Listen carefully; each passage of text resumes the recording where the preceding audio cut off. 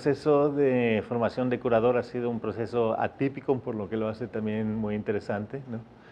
Yo hice estudios de arquitectura primero en la Ciudad de México, en los tempranos años 90, y ya desde aquel momento estaba interesado digamos, en el arte como tal, ¿no? No solo como público visitante, exposiciones, hay museos muy buenos en México, pero muchos de mis profesores habían estudiado bajo Matthias Geritz, artista alemán, polaco, que llegó a México después de las guerras y que formó en educación tipo Bauhaus, pero con relación mucho a las artes, a mis profesores, ¿no?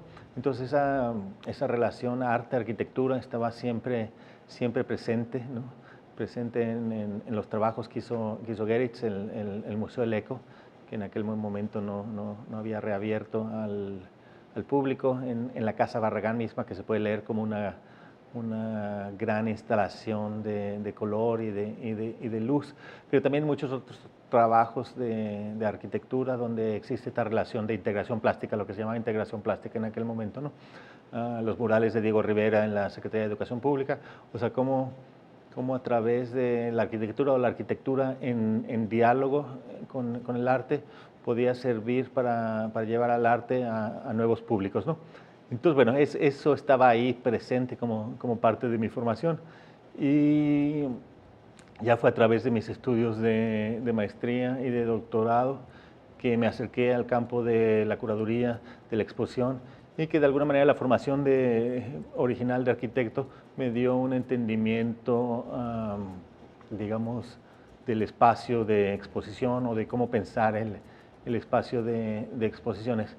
Estudié la maestría y el doctorado en Londres, lo que también tuvo una incidencia en mí de diferentes maneras. Por un lado, me permitió conocer a un grupo de artistas y curadores de diferentes lugares de América Latina con los que por primera vez pude tener un diálogo, ¿no? Lo que hablaba el otro día en mi conferencia aquí en el Centro León, que muchas veces estamos muy acostumbrados a estar mirando hacia Estados Unidos y a ser reconocidos por Estados Unidos, ¿no? Y de pronto el estar en Londres me cambió y me volteó el mapa, me hizo ver hacia el sur y entrar en diálogo con una generación de creadores con los que encontré que tenía mucho más en común que solo el lenguaje, ¿no? Sino que historias recientes muy similares, ¿no? Historias de modernidades también parecidas y obviamente una historia colonial compartida, ¿no? Entonces, bueno, todo eso de alguna manera influenció en mi quehacer.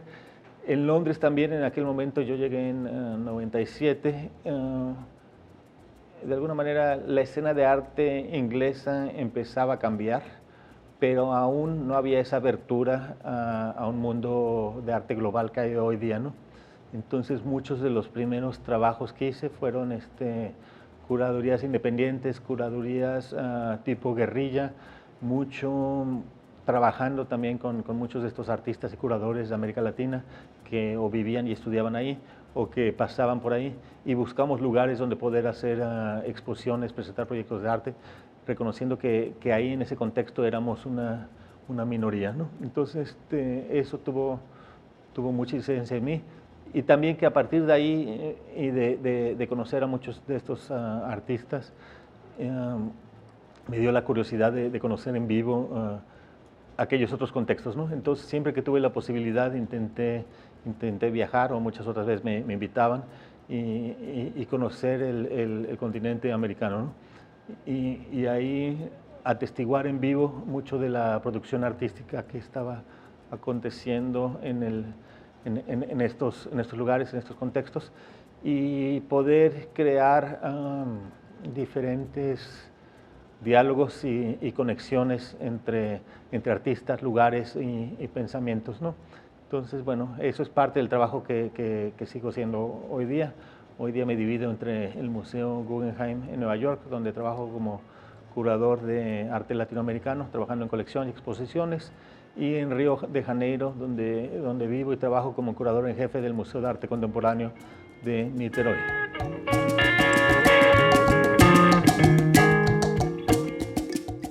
Bueno, muchos de aquellos trabajos que te digo que eran guerrillas, que había ese espacio curatorial que teníamos en Londres 24/7, donde hacíamos muchas de estas exposiciones. Y por causa de ese trabajo en 24/7, fui invitado a hacer una exposición en 2002 o 2003 en Apex Art. Invitado en 2002, la exposición fue en 2003, en Apex Art en Nueva York, ¿no? Y allí fui invitado por Carlos Basualdo, y la exposición que hice se llamaba To Be Political, It Has to Look Nice, y de alguna manera me permitió sintetizar mucho de aquello que estaba investigando en aquel momento, de lo que hablé, de cómo mi generación o una generación de artistas latinoamericanos se relacionaban a aquel momento de transición neoliberal que estaba existiendo en el continente americano, ¿no? o en Latinoamérica, ¿no? Y cómo de alguna manera sus prácticas reaccionaban a esa situación, y poder crear digamos, el espacio de exposición como un lugar donde estas diferentes prácticas podían entrar en diálogo y presentar cómo las prácticas artísticas respondían a esto. Bueno, después ha habido muchas exposiciones, muchos momentos. Ahora, justo en el momento de Curando Caribe, estaba presentando todo aquel proyecto del nuevo Museo Tropical, al que me dediqué mucho tiempo a principios de los 2010, 2011, y que era cómo pensar no solamente un museo de arte que pudiera existir en los trópicos y repensar lo que es un museo en los trópicos, pero también construir una otra historiografía tropical a través de lo que en aquel entonces llamé el diagrama tropical, que justamente era hacer estas otras conexiones y escribir esta otra historia. El otro hito en realidad fue 2013, cuando fui invitado a formar parte del Guggenheim como curador de arte latinoamericano de un proyecto que se llamaba VS Map, y que consistía básicamente en cómo el museo un museo que tiene presencia global en diferentes lugares del mundo, podía ser realmente global e incorporar a otras geografías dentro de la colección y del discurso artístico. Entonces, bueno, ahí me encargué de incorporar aproximadamente, creo que eran, no sé, 30 artistas, 40 y tantas obras que entraron a la colección de artistas de América Latina. Intenté también, dentro de lo posible, expander esa noción de América Latina, tanto con las obras que entraban a la colección, con una exposición itinerante de aquellas incorporaciones. Entonces era un trabajo doble, porque por un lado, bueno, había que adquirir obras para entrar al museo, y por otro lado había que articularlas inteligentemente en una exposición que fue Bajo el mismo sol, y que se presentó primero en el Museo Guggenheim en Nueva York, después viajó para el Museo Jumex en México, y por último fue a la ciudad de Londres, a la South London Gallery. Cuando terminó aquel proyecto, el Museo Guggenheim me invitó a seguir colaborando con ellos, y bueno, mucho de lo que hemos hecho en los últimos 3 años, que es cuando empecé esta nueva fase en el museo, ha sido seguir pensando cómo este mapa de lo que entendemos por América Latina y en relación al museo se puede ampliar, ¿no? Entonces, seguir ampliando la investigación hacia otras geografías, ¿no? Un énfasis en el Caribe, Centroamérica, en aquellos países un poco menos visibles de América Latina, ¿no? Bolivia, Ecuador, recientemente fui por primera vez a Paraguay. Entonces también, como a través de viaje e investigación, retar también esos entendimientos de lo que es América Latina, ¿no? Muchas veces cuando se habla de América Latina y uno ve las exposiciones, los trabajos, bueno, son siempre los mismos 8 países. Entonces, bueno, intentar a través, y ahí creo que funciona bien, o la ventaja de hacerlo en un museo en Nueva York con el Guggenheim es que tiene una fuerza amplificadora, ¿no? Que de alguna manera puede dar visibilidad a través del museo a todas estas otras prácticas, ¿no? Mucho enfoque también en artistas mujeres, en artistas que trabajaban también en los años 70, 80, que era un vacío en el museo, y bueno, ir incorporando a estos artistas, y que poco a poco, bueno, se vaya volviendo más presentes, no solo dentro del museo, sino también en lo que el museo hace fuera o hace con estas obras, ¿no?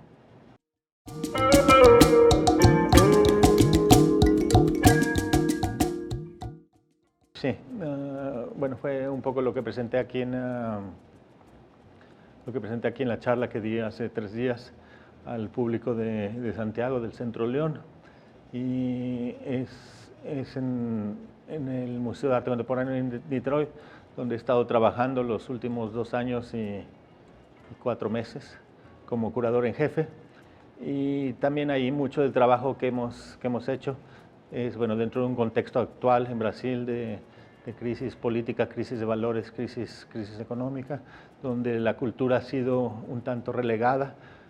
Intentar a través de el acto de hacer exposiciones y de repensar la cultura, sacudir un poco el pensamiento de cómo el arte puede tener un efecto también en la sociedad, ¿no? Analizamos mucho la historia de exposiciones del museo.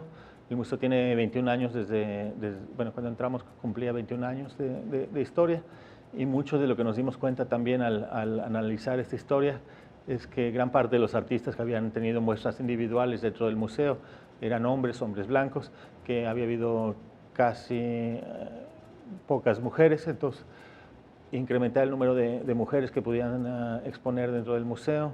Artistas negros, no había habido ningún artista negro, hombre o mujer, que habían expuesto en el museo. Entonces, bueno, hicimos ahora una exposición individual de Aerson Heráclito, artista del Salvador, que trabaja el tema del candomblé. Sonia Gómez, una escultora, artista increíble, que hace trabajos con tela y alambres, esculturas de alguna manera que cuestionan nuestro entendimiento de la modernidad, y así como otros artistas, ¿no? que han entrado en diálogo en la exposición. Un diálogo también con la arquitectura, ¿no? El edificio es un edificio icónico, modernista. Entonces, bueno, cuestionar qué significó la modernidad y cuáles de los discursos que nos impuso la modernidad son válidos y cuáles vale la pena sacudir también, ¿no? Y repensar. Entonces, bueno, ha habido mucho trabajo que cuestionan, digamos, la arquitectura, digamos, por llamarla de alguna manera, patriarcal, ¿no? Y también, bueno, pensar un poco a través de la situación del museo, que está dentro de la Bahía de Guanabara. Habrá temas próximos que tengan que ver también con la situación, digamos, ecológica, ¿no? En un contexto también de crisis ecológica en el que nos encontramos, ¿no? Entonces, bueno, básicamente esas líneas de investigación, y la idea de que a través de un programa de exposiciones y un programa artístico y un programa de mediación se puede dialogar con diferentes temas que de alguna manera son urgentes o importantes de pensar, y usar el museo como ese centro de pensamiento con la sociedad, ¿no?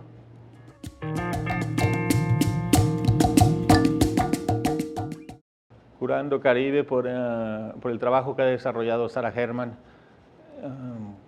curadora y colega a quien respeto y conozco desde hace tiempo, que fue mi primera puerta de acceso a la producción artística de República Dominicana, que gracias a ella, bueno, conocí o tuve un primer acercamiento a muchos artistas que hoy he incorporado a otros proyectos, y que además, como parte del proyecto del Guggenheim en 2015, le invitamos a participar en uno de los simposios que organizamos como parte de la exposición, y donde ella habló de Curando Caribe. En aquel momento era la primera edición, y que ha sido muy interesante seguir el proceso de lo que se ha planteado y cómo esto ha ido creciendo, ha ido formando ahora una generación de gente que seguramente va a tener incidencia en el medio dominicano en cuanto a producciones artísticas y culturales futuras, ¿no? Entonces, bueno, con mucha curiosidad quiero y muchos más queremos ir viendo los resultados de este programa, que creo que han sido interesantísimos.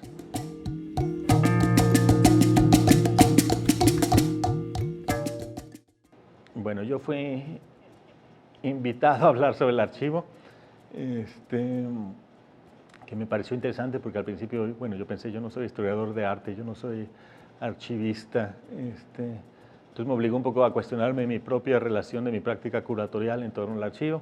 Y ahí me di cuenta que el archivo siempre ha estado de alguna manera presente, ¿no?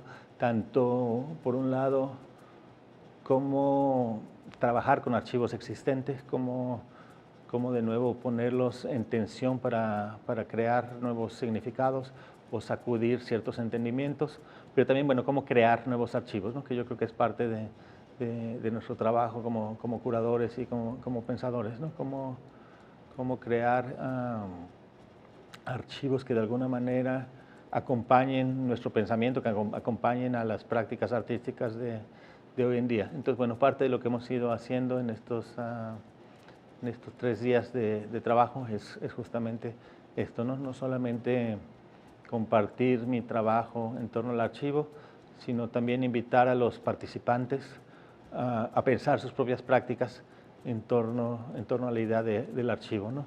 Y creo que un gran, yo no diría problema, pero algo que ha surgido es cómo usar el archivo o cómo crear archivos que visibilicen las prácticas artísticas de República Dominicana, ¿no? Y creo bueno, que es algo que me gustaría no solo dejar, sino que una tarea a mediano plazo que me gustaría dejarle al grupo, ¿no? Cómo pensar a través de archivos que quizás existen y no han sido visibilizados, o quizás no existen aún como tal, poderles dar luz a través quizás de medios como el Internet o de exposiciones que desempolven muchas historias que quizás valdría la pena hoy revisar aquí mismo, pero también visibilizar fuera de la isla, ¿no?